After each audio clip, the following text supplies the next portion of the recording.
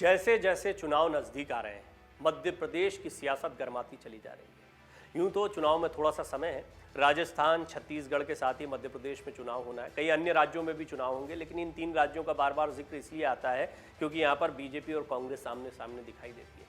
मध्य प्रदेश की राजनीति बहुत ही दिलचस्प मोड़ पर आ गई है। इससे पहले शायद ही कभी इतने दिलचस्प मोड़ पर रही हो, क्योंकि यहाँ पर हर दल में फूट देखने को मिलती है। और फूट कितनी खतरनाक हो सकती है ये कांग्रेस को समझ में आ गया था। कमलनाथ मुख्यमंत्री बन गए थे और शिवराज सिंह चौहान, जिनकी लोकप्रियता लगातार बढ़ती चली जा रही थी, पिछले चुनाव में उनको जनता ने एक तरह से अस्वीकार कर दिया था। हालांकि बड़ा क्लोज मुकाबला था कांग्रेस और बीजेपी के बीच में, लेकिन इसके बावजूद कमलनाथ मुख्यमंत्री बनने में कामयाब रहे। लेकिन ज्योतिरादित्य सिंधिया की नाराजगी उनको भारी पड़ गई। जैसे ही वो अपने समर्थक विधायकों के साथ अलग हुए, शिवराज सिंह चौहान को मुख्यमंत्री बनने का मौका मिल गया। शिवराज सिंह चौहान के मंत्रिमंडल में ज्योतिरादित्य सिंधिया का दबदबा देखने को मिलता है। इस सब के बीच में शिवराज सिंह चौहान के नेतृत्व को लेकर लगातार प्रश्न चिन्ह लग रहे थे, खासतौर पर तब जबकि संसदीय बोर्ड से उनको बाहर कर दिया गया। गडकरी और शिवराज सिंह चौहान दो ऐसे नाम थे जिनके संसदीय बोर्ड से बाहर होते ही कयासों का बाजार गर्म हो गया था। प्रश्न उठने लगा था कि क्या अब शिवराज सिंह चौहान की मध्य प्रदेश की राजनीति खत्म होने को जा रही है? क्या किसी नए चेहरे पर अब बीजेपी दांव खेलना चाहती है? बीजेपी नेतृत्व परिवर्तन के लिए जानी जाती है। बीजेपी ने इस फॉर्मूले को उत्तराखंड और गुजरात में आजमाया है। ये फॉर्मूला बीजेपी के लिए काफ़ी काम भी कर रहा है। ऐसे में माना जा रहा है कि नेतृत्व परिवर्तन की मांग मध्य प्रदेश में उठ रही है। ज्योतिरादित्य सिंधिया को लेकर कुछ सुर मुखर हुए थे, लेकिन इस सब के बीच में क्या बीजेपी के लिए बीजेपी ही परेशानी बनेगी? कथित तौर पर यह बयान कैलाश विजयवर्गीय की तरफ से आया है। बीजेपी के बहुत कद्दावर नेता हैं, बीजेपी की मध्य प्रदेश की राजनीति में खासा दखल रखते हैं। यूँ तो राष्ट्रीय राजनीति में भी उनका दखल रहा है, महासचिव रहे हैं, पश्चिम बंगाल जैसे महत्वपूर्ण राज्य की जिम्मेदारी संभाली है। कैलाश विजयवर्गीय को यूं तो आप शिवराज सिंह चौहान के साथ में कई मंचों पर देखते हैं, लेकिन राजनीतिक तौर पर उनको एक प्रतिद्वंदी के तौर पर भी देखा जाता है और सीएम रेस में भी कई बार उनको आगे माना गया है। हालांकि हम आपको बता दें, मध्य प्रदेश की राजनीति में अब कई चेहरे सामने हो गए हैं। नरोत्तम मिश्रा जो गृह मंत्री हैं, उनको लेकर भी कई बार आपने कयास लगते देखे हैं। नरोत्तम मिश्रा और शिवराज सिंह चौहान के बीच की दूरियां भी कई बार देखने को मिलती है। कुछ कार्यक्रमों के दौरान ऐसी तस्वीरें आई जब ये लगा कि नरोत्तम मिश्रा और शिवराज सिंह चौहान के बीच की दूरियां हैं। मसलन एक विधायक को उनको प्रणाम करते हुए कुर्ता खींचकर बैठाते हुए नरोत्तम मिश्रा की जो तस्वीर थी, काफ़ी वायरल हुई थी और इससे ये संदेश देने की कोशिश की गई थी कि इतना सम्मान क्यों दे रहे हो।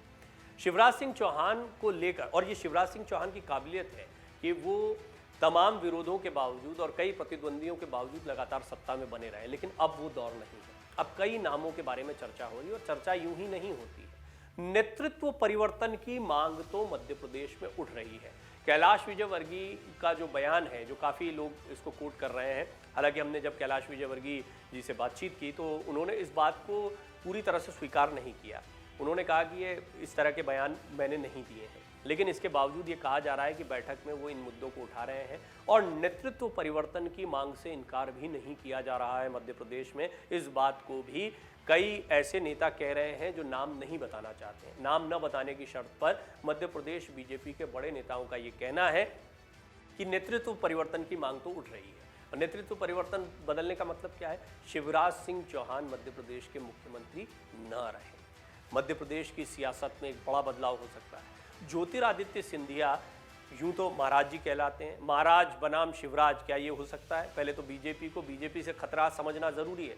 बीजेपी को बीजेपी से खतरा इसलिए हो सकता है क्योंकि इस बार नेतृत्व परिवर्तन नहीं होता है तो बीजेपी भी कई गुटों में बटी दिखाई दे सकती है। बीजेपी में नेतृत्व परिवर्तन की मांग पहले भी उठती रही है, लेकिन इस सब के बावजूद असली लड़ाई कांग्रेस से होती है। इस बार कांग्रेस की भारत जोड़ो यात्रा हो, उसके बाद निकाली जा रही उप यात्रा हो, कमलनाथ और दिग्विजय सिंह ये लगातार अपनी केमिस्ट्री को बनाए हुए हैं। हालांकि इनको भी गले मिलवाना पड़ा था राहुल गांधी को।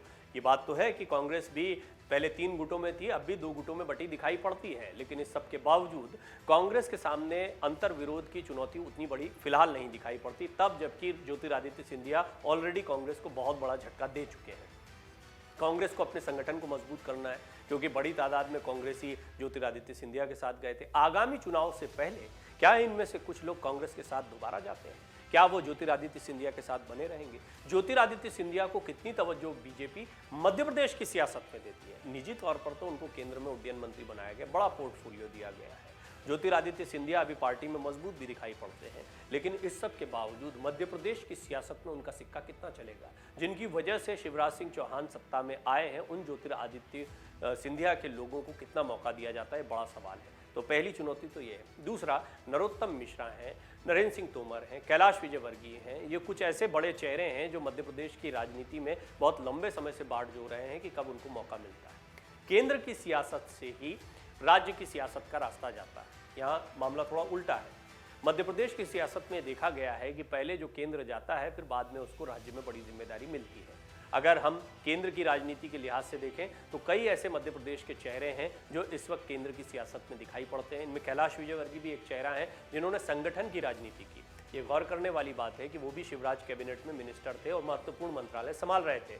इसके बावजूद उन्होंने अपना मंत्री पद छोड़ा और वो केंद्र की संगठन की राजनीति में आ गए। उन्होंने पश्चिम बंगाल का प्रभार संभाला, इसके बाद में वो लगातार संगठन में सक्रिय रहे, महासचिव के तौर पर भी सक्रिय रहे। ये सारी चीज़ें बताती हैं कि उन्होंने अपनी भूमिकाओं को बड़ा किया केंद्र में आकर। क्या केंद्र अब इसका प्रतिसाद उनको मध्य प्रदेश में देगा? दूसरा, बहुत लंबे समय से इंतजार कर रहे नरोत्तम मिश्रा, उनको क्या प्रमोशन मिलेगा? अब गृह मंत्री से आगे बढ़कर वो कभी मुख्यमंत्री बन पाएंगे? या ज्योतिरादित्य सिंधिया जिनको चेहरे के तौर पर कांग्रेस ने पिछले चुनाव में रखा था, इसका असर भी देखने को मिला, लेकिन बाद में कमलनाथ ने बाजी मार ली। दिग्विजय सिंह कमलनाथ ज़्यादा करीब दिखाई दिए, बजाय ज्योतिरादित्य सिंधिया के वो एक किनारे कर दिए गए। बहुत लंबे समय तक ये बात नहीं चल पाई, उनकी बातें नहीं मानी जा रही थी, उनके लोगों को मौका नहीं मिल रहा था। बहुत सारी नाराज़गियाँ ज्योतिरादित्य सिंधिया की थी, लिहाजा मध्य प्रदेश में सरकार गिर गई। लेकिन अब हालात बदल रहे हैं। क्या बीजेपी को बीजेपी से खतरा है? ये स्टेटमेंट बहुत महत्वपूर्ण है।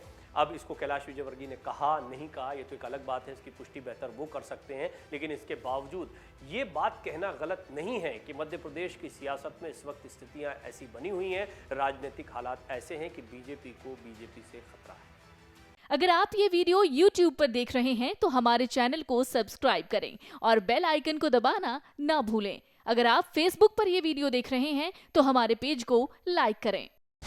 डाउनलोड करें अमर उजाला ऐप और पाएं खबरें लगातार।